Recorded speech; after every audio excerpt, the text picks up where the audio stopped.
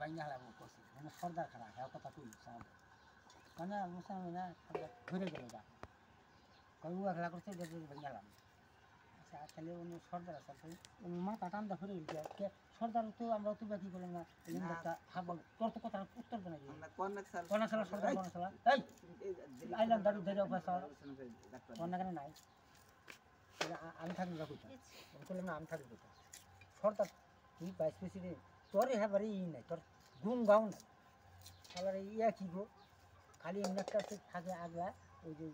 ওই আইল সুদার বেলায় এইটা সুদার ভাই এখন যদি মসজিদের কাম এই